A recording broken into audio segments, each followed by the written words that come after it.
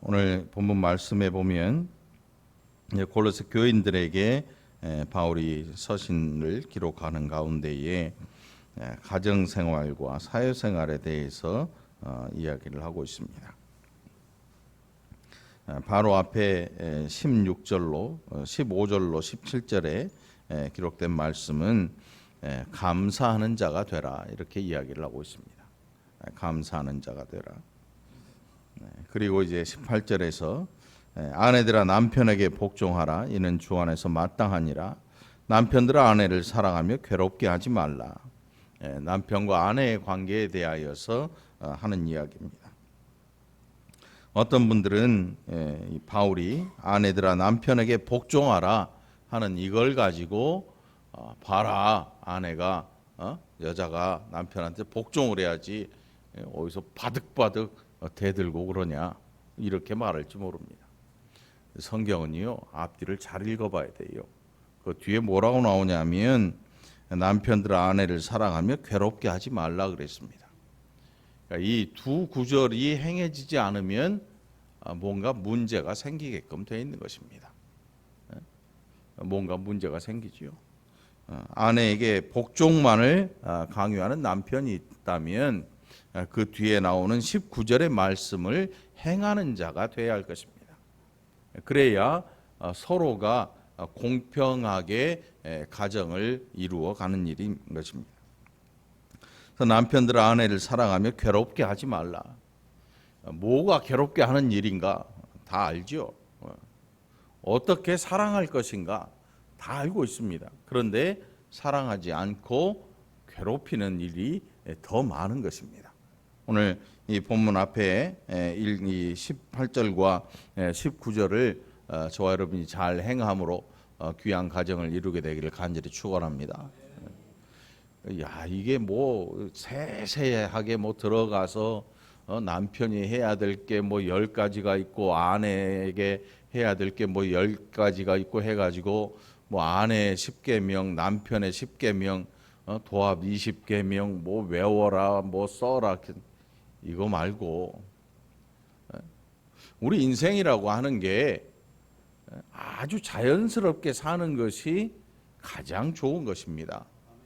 뭔가 부자연스러운 것, 뭔가 억지로 하는 것, 이거만큼 사람을 힘들게 하는 일이 없지요. 시대가 바뀌면서 밥 먹는 것도 이제 몇 끼를 먹느냐에 따라서 좋은 남편이냐, 좀 힘들게 하는 남편이냐, 이런 걸 이야기하는 분들도 있어요. 세 끼를 다 먹으면 뭐라 그래요?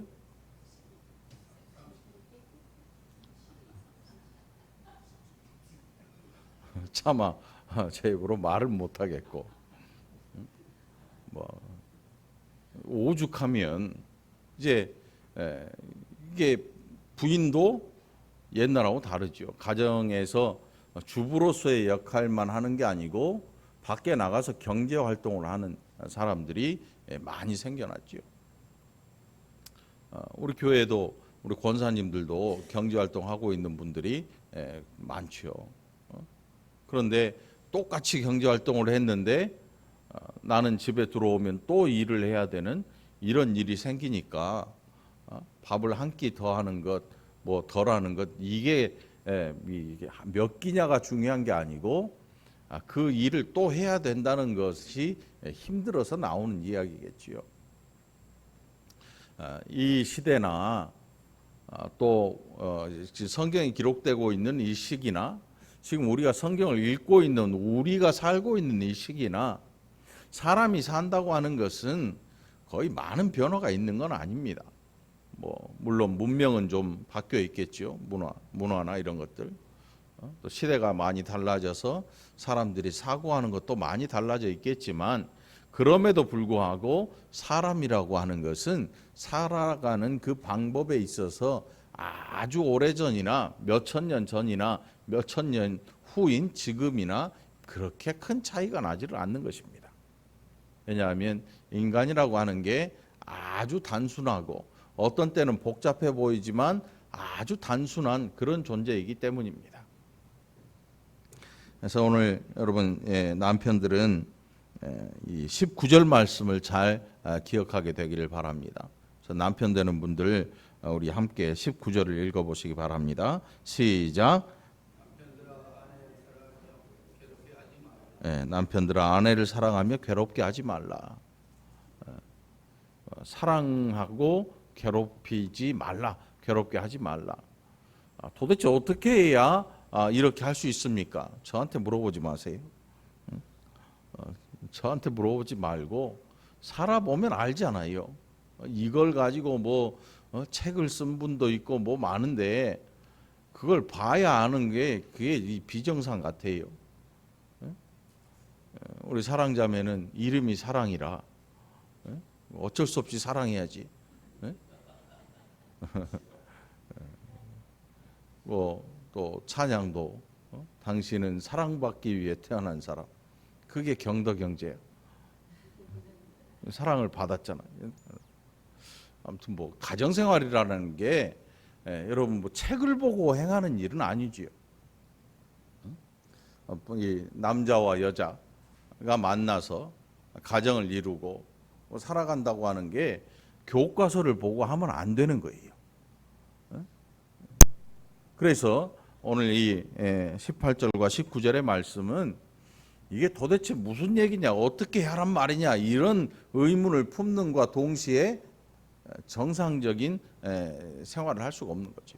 자, 우리 이제 18절을 이 부인되는 우리 여자분들이 함께 읽어보기 바랍니다. 시작. 아내들아 남편에게 복종하라. 이는 주 안에서 마땅하니라. 그러니까 서로 자기의 것만을 강조하고 자기의 권리만을 주장하면 균형이 맞지를 않습니다. 하나님께서 아담의 갈빗대를 뽑아서 아내를 이 하와를 만들어 주셨지요. 그러니까 뭐 너는 내 갈빗대다. 그러니 내 거다. 내 말 잘 들어라. 이런 의미가 아니에요. 그만큼 중요하다는 거지요. 남자로 말미암아 생겨난 그걸 여자라고 그래요. 남자로 말미암아. 얼마나 귀한 존재인지. 그러니까 상호 균형을 맞추기 위해서 노력하지 않으면 이 가정생활은 굉장히 힘들어지는 거예요. 자, 그리고 20절에 보면 자녀들아 모든 일에 부모에게 순종하라. 이는 주 안에서 기쁘게 하는 것이니라. 그리고 21절에서 아비들아 너희 자녀를 노엽게 하지 말지니 낙심할까 함이라.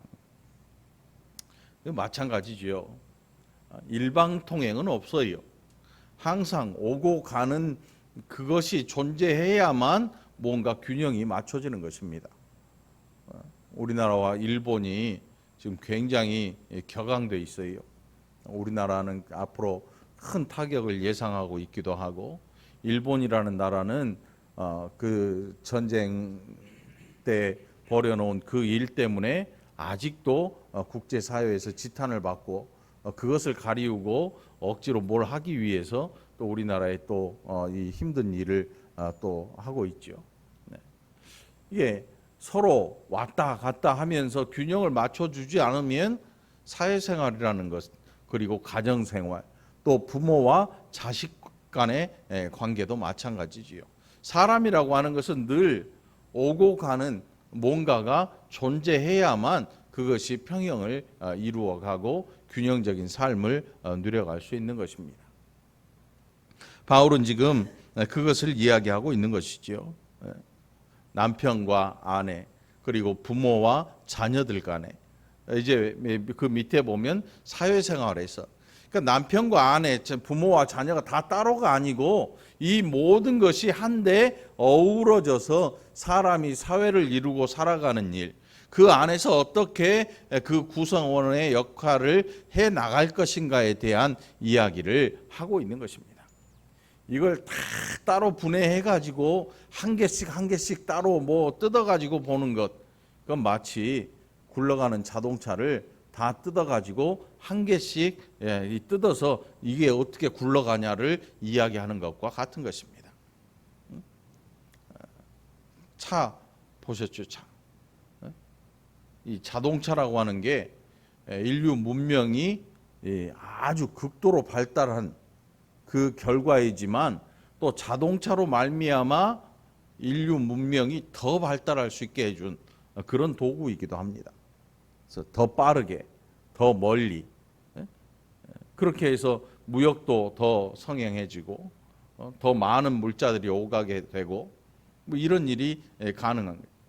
근데 이 자동차를 다 뜯어가지고 이 바퀴가 왜 동그랄 수밖에 없느냐, 뭐 엔진의 힘은 어디서 나오느냐, 이걸 다 분해시켜 가지고 이렇게 들여다보고 있으면 이게 자동차인지 뭔지 알 길이 없습니다.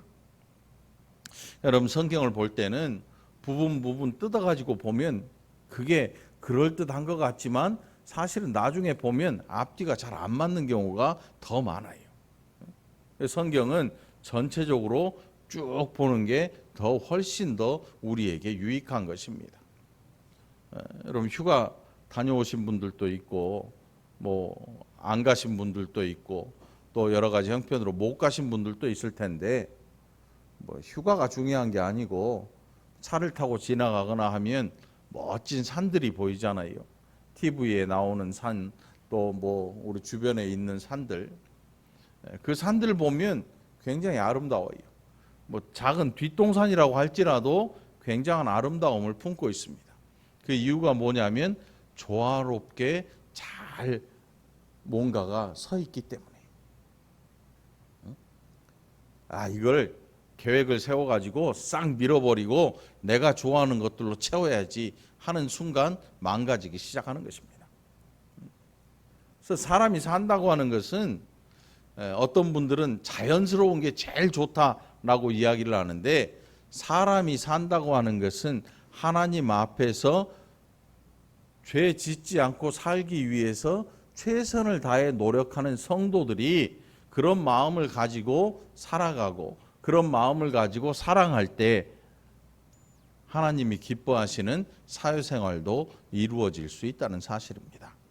여러분 뭔가를 볼 때 무조건 뜯어보지 마시고 뭔가를 보기 시작했다면 그것을 전체적으로 보고 야 이게 이런 면에서 이게 참 좋은 것이구나, 야 이게 하나님이 주신 은혜이구나 하는 것들을 하나하나 발견해 나가는 지혜로운 저와 여러분이 되기를 간절히 축원합니다. 22절로 이제 종들에게, 당시의 종들은 전쟁에서 붙들려 온 사람이거나 아니면 돈이 없어서 빚을 졌는데 돈을 갚을 길이 없어서 빚 때문에 노예가 된 사람들, 이런 사람들이죠. 전쟁에서 노예, 아니면 노예의 자녀이거나, 그래서 대대손손 종으로 살아갈 수밖에 없는 그런 사람들, 그런 종들에게 바울이 뭐라고 하는가 하면 종들아 모든 일에 육신의 상전들에게 순종하되 사람을 기쁘게 하는 자와 같이 눈가림만 하지 말고 오직 주를 두려워하여 성실한 마음으로 하라. 그 당시에 종들은 인격적인 대접을 받는 그런 존재들이 아니었습니다. 인격적인 그런 대우를 받는 존재들이 아닙니다. 노예. 그럼에도 불구하고 바울은 너희가 진짜로 노예가 되지 말라 이렇게 이야기를 하는 거지요. 진짜 노예가 되지 말아라. 왜냐하면 그들도 하나님 예수 그리스도의 복음을 받고 하나님의 백성이 된 것입니다. 백성이 돼. 실제로 초대교회 안에는 노예도 있었고 귀족도 있었습니다. 여러 부류의 사람들이 함께 하나님 앞에 예배하는 이런 일들이 있었습니다. 우리나라에도 우리나라 처음 기독교가 들어왔을 때에 양반 가문에서 믿는 양반도 있었고 또 실제로 남의 집 하인으로 살면서 복음을 받고 교회에 출석하는 그런 분들도 있었다고 해요.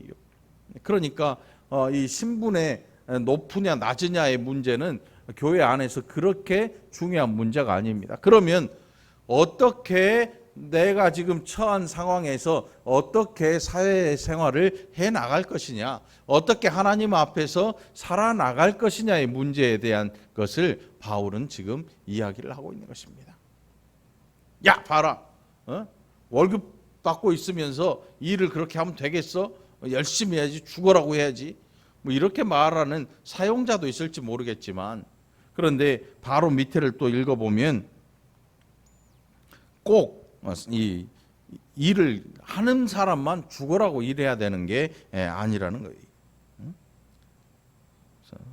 24절에 보면 이는 기업의 상을 주께 받을 줄 아나니 너희는 주 그리스도를 섬기느니라. 이 기업을 하는 사람들 뿐만, 사용자와 또 고용된 분들 서로 맞아야 돼요. 주거니 받거니가 있어야 되는 거죠. 이게 없으면 이제 상호 간의 균형이 깨지기 시작하는 거죠. 그러니까 여러분, 신앙생활을 한다고 하는 것은 그냥 교회만 단순히 다니는 것으로 오해하면 큰 오산입니다. 내가 신앙생활을 한다고 하는 것은 내가 처한 환경에서 내가 가진 복음의 능력을 어떻게 발휘하고 나타내고 살 것인가의 문제인 것입니다. 어떤 분들은 이 문제를 그저 단순하게 나도 직장에 가서 직장에서 전도하는 일로 생각을 하는데 천만의 말씀이죠. 예수를 믿는 사람은 직장 속에서 이 복음을 가지고 살아가야 되는 문제를, 이 과제를 가지고 있습니다. 그러면 어떻게 살아가야 될 것인가? 어떤 분들은 뭐 직장 안에서 전도하고 또 이 기독교 이 기도회를 만들어 가지고 기도하는 시간을 갖고 뭐 이런 걸로 기독교의 모든 것들을 설명하려고 하는데 천만의 말씀입니다. 바울은 그것보다 더 높고 더 한 차원 더 넓은 이야기를 하고 있는 것입니다. 기독교 동호회가 아니라 뭐 기도회가 아니라 성경 공부 뭐 이런 것들을 만드는 게 아니고, 네가 가진 복음을 가지고 네가 종이라 할지라도 머슴이라 할지라도 노예라 할지라도 너의 할 일이 뭐냐면 진짜 노예가 되지 말고 너의 상전을 섬기기를 주를 섬기듯 네 마음을 다해서 섬겨라. 네가 가진 복음은 너를 노예로 만드는 게 아니고 너를 자유자로 만드는 복음이다. 그러니 너는 지금 네가 노예로 있지만 자유자처럼 주인을 기쁨으로 섬겨라. 어떤 분들은 뭐 항거해야 된다, 뭐 싸워야 된다 이렇게 말하지만 당시에 싸울 힘이 없는 노예들에게 주인한테 대항하는 것은 죽음이지요. 그 즉시로 죽임을 당하는 일. 죽임을 당하는 일이. 노예에게도 가정이 있습니다. 노예에게도 아내가 있고 자녀가 있지요. 물론 그들의 신분도 똑같은 신분이겠지만 무조건 죽을 수는 없지요. 또 복음을 받았으니까 이 땅보다 더 나은 천국을 사모할 수 있는 마음이 가진 사람, 주인보다 훨씬 더할 겁니다. 훨씬 더하죠. 정말 열악한 처지에 있는 분들이 복음을 받았을 때 그들이 생각하는 천국은요, 그들이 생각하는 하나님의 나라라고 하는 것은 평범한 일상을 살아가는 사람들이 생각하는 그런 곳보다 더 절실하고 더 간절한 그 나라가 된다는 사실이죠. 다른 거죠. 그러니까 노예 신분에서 복음을 받았다면 그 노예 신분에서 복음을 받은 분에게 있어서 눈에 보이지 아니하는 천국, 하나님께서 그들에게 기업으로 허락해 주시는 그 천국은 정말 간절히 사모하는 그런 천국이라는 사실입니다. 어떤 분들은 예수님을 믿는데 별로 간절함이 없습니다. 물론 그 간절함이 꼭 뭘로 나타나야 되는 건 아니지만, 그러나 저 북한에서 몰래 예수 믿고 몰래 예배 드리고 목숨을 걸고 예배 드리는 그런 성도들에게 있어서 하나님 나라라고 하는 그 사모함과 간절함은 어느 누구와 비교할 수 없을 것입니다. 우리가 평상을 살아가면서 일상을 살아가면서 꼭 그럴 필요는 없겠지요. 그러나 사람이 각각 처한 환경에 따라서 이 절실함과 이 간절함은 또 달라질 수 있다는 것입니다. 밥을 먹지 못하는 환자에게 TV에 보이는 막 요즘 먹을 거 얼마나 많이 나옵니까? 먹는 프로그램들, 거기에서 사람들이 맛있게 먹는 거 이런 걸 보면 정말 간절할 것입니다. 야, 나도 저렇게 좀 잘 먹고 살 수 있으면 얼마나 좋을까라는 생각이 들 것입니다. 그 처한 환경에 따라서 사람에게 드러나는 이 신앙에 대한 그 발산하는 힘도 또 다르게 나타날 수 있다는 것입니다. 여러분들,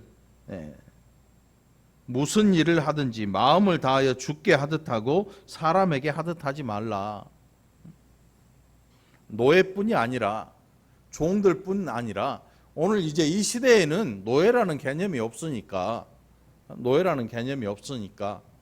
그렇다면 내가 속해 있는 직장에서, 내가 속해 있는 그 공동체에서, 내가 이 공동체를 통해서 내 일상적인 삶을 이루어 나가잖아요. 여러분, 월급 받는 분 계시고 또 자영업 하는 분도 있고 뭐 연금을 받는 분도 있겠지만, 내가 속해 있는 그 직장 혹은 또 사업체 혹은 내 삶을 영위할 수 있는 이 사회에서 가정을 이루어가고 그것을 영위해 갈 수 있는 그 속해 있는 공동체, 그 안에서 내가 어떻게 해야 할 것인가? 일반적인 세상 사람이 아닌 그리스도인으로서 내가 어떻게 살아야 할 것인가에 대한 문제, 이거 굉장히 중요한 문제인 것입니다. 기껏 뭐 직장인, 뭐 기독교 직장인 연합회 이런 거 해가지고 기독교인으로서 삶을 다했다, 천만의 말씀입니다. 그거는 극히 티끌만한 일에 불과한 것입니다. 어떤 분들은 말씀할 때 그게 다인 것처럼, 그게 굉장한 일인 것처럼, 기독교인들이 따로 모여서 예배를 드리고 성경 공부를 하고 뭐 기도하고 이런 것들에 대해서 굉장히 큰 뭔가를 가지고 있는데, 천만의 말씀입니다. 그건 아무것도 아닙니다. 티끌만한 일부분에 불과할 뿐인 것입니다. 왜 이 나라와 또 이 세상에 기독교인들이 많다고 하는데 왜 기독교가 정말로 하나님의 영광을 드러내지 못하고 있는 걸까? 이 나라에 이렇게 많은, 거의 1000만에 가까운 기독교인이 있다고 하는데, 여러분 1000만 명이면 우리나라 인구가 지금 5천만이니까 5명 중에 1명이잖아요. 이렇게 많은 기독교 인구가 있는데 왜 하나님 앞에 영광을 드리지 못하는 걸까? 돌리지 못하고, 교회는 왜 사회 속에서 그렇게 리더의 역할을 하지 못하고 있는 걸까? 다른 이유가 없습니다. 예배 드리기에 바빴고 기도하는데 바빴고 서로 자기들끼리 모이는데 바쁘기 때문에 그래요. 교회라고 하는, 교회 안에 모든 성도들은 사회 속에 존재하는 구성원들입니다. 아니면 말씀을 하세요. 나는 교회 안에만 속한 사람이다. 목회자인 저도 사회의 한 구성원인 것입니다. 사회의 구성원이 아닌 그리스도인은 없습니다. 그래서 사회의 구성원인 그리스도인이 사회에 나가서 어떻게 이 사회 속에 복음을, 내가 가진 복음을 가지고 살아갈 것인가에 대한 생각을 늘 가지고 있어야 됩니다. 그런 의미에서 바울은 종들에게 이야기를 하고 오늘 우리에게도 이 이야기는 해당이 됩니다. 우리가 지금 신분상으로 종은 아니지만, 그러나 사회 속에서 어떻게 생활을 할 것인가에 대한 문제는 우리에게 분명히 주어져 있는 문제인 것입니다. 사람을 기쁘게 하는 자와 같이 눈가림만 하지 말고 오직 주를 두려워하여 성실한 마음으로 하라. 여러분, 오늘 이 하반절에 있는 이 말씀을 꼭 기억한 여러분의 사회생활이 되기를 간절히 축원합니다. 앞에서 부부생활과 또 가정생활의 이야기가 있었다면, 교회 다니는 가정만 가지고는 안 되고 이제는 이 가정에서 가지고 나온, 특히 힘을 얻어서 나온 이 복음을 가지고 세상 속으로 들어가야 되는데, 세상 속으로 어떻게 살아야 할 것인가? 사람에게 하듯 하지 말라는 것입니다. 이 무슨 뜻이냐면, 사람 앞에서만 잘하고 안 보는 데서는 뭐 욕하고 엉뚱한 짓 하고 게으름 피우고 이런 짓 하지 말라는 거죠. 회사 생활 해본 분들은 알 거예요. 전날 술을 칭탕 먹고 아침에 출근하면 과장급이나 뭐 이 정도 되면 사라진대요. 사라져. 어디로 사라져요? 술 깨러 사우나 가는 거지. 남들 죽어라고 일하는 시간에 눈치 씩 보고 쓱 빠져나가고 그렇게 하지 말라는 거지. 술을 그렇게 만취하도록 다음날 생활 절제를 못하도록 그렇게 마시지 말고 내일을 위해서 내가 속해 있는 이 공동체에서 성실하게 일할 것을 계획하고 늘 자기를 절제할 줄 알고 조절할 줄 아는 사람이 되라는 거예요. 그럼 제가 뭐 술 마시는 이야기 하니까 교회 다니는 사람이 뭐 술을 솔직히 안 먹는 분 잘 못 봤어요. 많이 먹더라고. 장로님도 드시고 권사님도 드시고 집사님도 드시고 성도님도 드시고. 그런데 뭐 술 먹었다고 마귀가 되는 건 아니잖아요. 그 술 먹은 술 때문에 가정이 깨지고 사회생활이 깨지는 거기에 문제가 있는 거지요. 그렇다고 제가 술을 권하는 건 아니에요. 억지로는 먹지 마세요. 일부러 찾지는 마세요. 그것 때문에 가정생활이 파탄 날 수도 있고 사회생활이 파탄 날 수도 있고. 뭐 대놓고 교회 안에서 먹지 말고 먹었다고 저한테 자랑도 하지 말고. 그거는 여러분의 몫이지요. 여러분의 몫이. 성경이 뭐라고 합니까? 술 취하지 말라 그래요. 술 취하지 말라. 그러니까 그걸 지키는 건 여러분들의 몫이지요. 그럼 어떻게 살아갈 것인가? 지금 술에 대한 이야기를 했으니까 뭐 그런 이야기가 나온 것이고, 뭐 단지 술뿐이겠습니까? 어떤 분들은 개인적인 취미 생활이나 뭐 개인적인 뭐 하는 일들을 너무 과하게 해가지고 다른 일을 하지 못해. 가정에 누를 끼치고 이런 일들이 생겨요. 어떤 분 보니까 게임에 너무 몰두한 나머지 억대의 빚을 진 사람도 있더라고. 저는 몰랐어요. 야, 게임하는데 핸드폰으로 게임하는데 빚을 어떻게 질 수가 있지? 나중에 보니까 그런 게임에 하게 되면 돈이 들어가더라고. 이거 아는 사람이 한 명도 없네. 모르는 체 하고 있는 건 아니겠고. 여기는 보니까 그런 분들이요. 실제로 30대 중반, 40대 초반 뭐 그런 분들 가운데 갑자기 신용불량자가 돼. 멀쩡히 월급 받고 살아가는데 갑자기 신용불량이 돼. 이유가 뭐냐면 게임을 하는데 그 게임에 투자하는 돈이 야금야금 하다 보면 몇 천만 원이 되고 억대가 되더라고. 실제로. 아이템 뭐 사고 팔고 뭐 그런 것들을 하는데 뭐 아이템 하나가 100만 원이 넘는 거예요. 만질 수도 없는 컴퓨터 안에 있는 뭐 이런 것들이에요. 그런 것들을 100만 원, 200만 원 막 주고 사. 나중에 카드 결제하고 못 갚으면 어떻게 돼요? 은행에서 가만 안 봐주지요. 아이고 게임하다 그러셨어요. 용서해 드릴게요. 이렇게 하지 않습니다. 가차 없지요. 갑자기 신용불량자가 돼. 왜 그러지? 나중에 보면 그 내막을 열어보면 게임하다가 게임에 빠져서.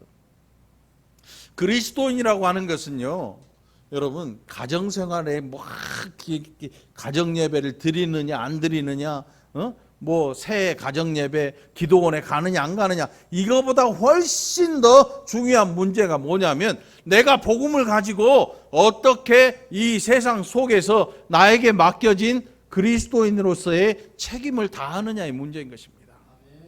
이게 없으니까 무너지는 거예요. 이게 없으니까 망가지는 겁니다.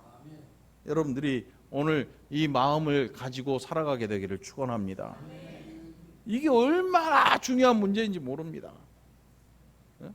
고작해야 뭐 신년 축복 대성회 하는 기도원이나 찾아가고 그런 거 하지 말고 가족들 다 모아놓고 올 1년 우리가 어떻게 예수 믿는 사람으로 한 사람 한 사람으로 살아갈까를 서로 이야기해보는 그런 시간을 가지시기 바랍니다.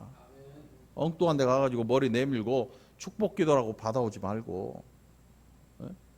그런 절에서도 하는 거거든요. 절에 가면 유명한 주지승이 딱 일필 휘지로 부적 딱 써줘요.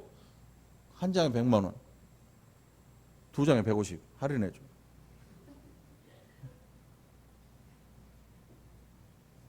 그런 거 하지 마. 기도원 이런 데 찾아가서 여러분의 삶을 거기에다 의탁하고 무엇을 받을 것인가 이런 거 하지 말고 가족 다 둘러 앉아서 올 한 해 우리가 어떻게 예수 믿을 것인가, 어떻게 우리가 믿은 이 예수님과 함께 어떻게 사회생활을 할 것인가, 어떻게 학교 생활을 할 것인가, 밥 먹을 때 너 꼭 기도해야 된다 이런 거 말고, 그래서 오늘 이 본문 말씀에 뭐라고 하는가 하면 무슨 일을 하든지 마음을 다하여 주께 하듯 하고, 이게 무슨 뜻이냐면 대단히 중요한 이야기입니다. 안 보이는 데서도 잘하라는 거예요. 안 보이는 데서도 잘해라. 이게 왜 그러냐면 우리가 하나님께서 우리를 늘 지켜보고 계셔요. 뭐 죄 짓나 안 짓나 이런 지켜보심이 아니고 보호하고 계시는 하나님, 우리를 지켜보호하시는 하나님, 하나님의 장중에서 하나님의 능력 가운데서 우리는 떠나갈 수가 없어요. 하나님의 그 능력 안에서 우리가 벗어날 길이 없습니다. 피조물이기 때문에. 죽게 하듯 하고 사람에게 하듯 하지 말라. 사람은요, 안 보면 뒤통수에서 몇 마디 씹을 수도 있어요. 여러분 직장 생활에 그 묘미가 어디 있습니까? 회식의 묘미. 고기 씹으면서 같이 상사도 씹어가는 거 아니겠습니까? 얄금얄금, 쫄깃쫄깃. 그러면서 또 앞에 가면 또 잘하죠. 그렇게 하지 말라는 거죠. 적어도 그리스도인이라면 안 보이는 데서도 동일한 모습을 가지라는 것입니다. 이게 진짜 그리스도인의 삶 아니겠습니까? 여러분들 오늘 이 바울의 음성을 잘 듣게 되기를 간절히 축원합니다. 이는 기업의 상을 주께 받을 줄 아나니, 기업의 상을 주께 받을 줄 아나니. 사람이 상 주는 거 보너스지요. 돈, 물질. 이게 모든 것들이 물질로 바뀌어 나타나는 거예요. 그런데 여기에 지금 바울이 이야기하는 기업의 상을 주께 받을 줄 아나니, 우리의 기업이 뭐예요? 그 나라, 하나님 나라 아닙니까? 그 나라의 상, 어떤 건지 상상할 수도 없는 상입니다. 그 상이 얼마나 좋을지 상상할 수도 없고 머릿속으로 그려볼 수도 없는 상입니다.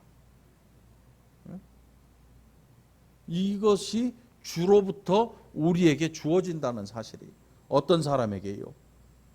사람에게 하듯 하지 말고 주 앞에서 주께 하듯 이렇게 성실하게 살아가는 그리스도인들에 대한 상이 예비되어 있다는 사실입니다.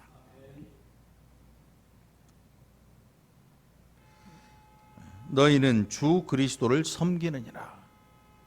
예수 믿는 사람들이 이렇게 살아야 해요. 예수 믿는 사람, 성도들로 말미암아 이런 삶을 누리고 살아가라는 것입니다. 이렇게 하면 여러분 어느 누가 와서 이 사회를 망가뜨리려 해도 그리스도인이 빛과 소금이라는 이유는 바로 여기에 있는 것입니다. 그리스도인들로 말미암아 빛과 소금의 사명이 어떻게 감당될 것이냐, 바로 이런 일로 말미암아 든든하게 서가는 것입니다.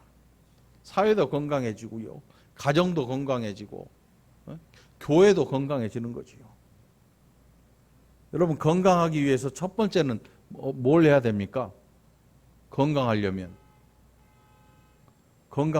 뭘 해야 돼요? 잘 먹고 잘 싸. TV에 나오잖아요.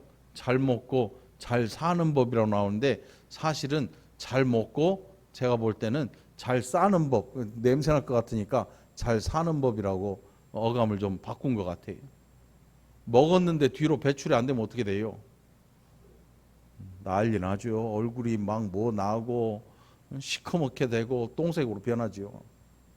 잘 먹고 배설을 잘 하는 사람은 건강해요. 건강한 사람일수록 길어. 지금 밥을 앞에 놔두고 그리고 운동을 하지요. 저보고 맨날 운동하라 그러는데 저 운동 많이 하고 있어요. 운동 많이 하고 있어요. 배 이쪽만 운동을 안 해서 그렇지 뭐 팔이나 저 근육이 있어요. 다리도 근육이 있어요. 희한하게 근육이 가운데로 나타나는. 농담이고, 여러분 너무 심하게 웃지 마. 기분 나쁘려고 그래. 그리스도인으로서 어떻게 살 것이냐.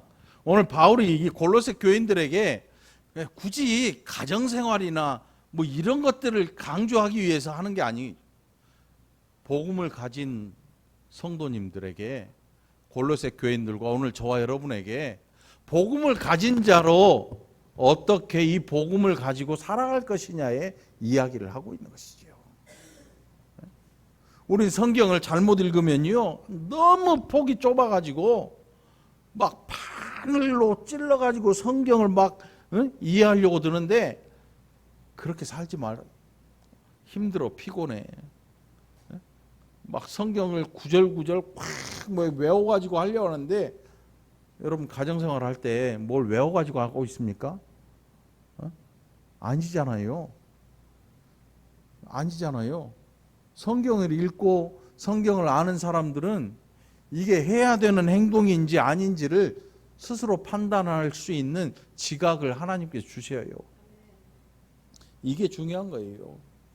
성경을 읽고 지각을 갖는 거예요. 깨달아 알 수 있는, 성경을 통해서 내가 성경을 읽으면 사회생활을 어떻게 해야 될 것인가를 알게 하시고, 가정생활을 알게 하시고, 대인관계를 어떻게 해야 될 것인가를 알게 하시는 거예요.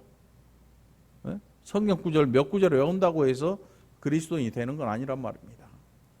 오늘 여러분들 다시 한번 성경을 여러분들이 잘 읽고 하나님 앞에 구하기를, 하나님 제가 그리스도인이 되게 하옵시고, 그래서 주를 섬기는 자처럼 이 세상에서 살아가게 하옵소서, 이렇게 기도할 수 있는 저와 여러분이 되기를 간절히 축원합니다.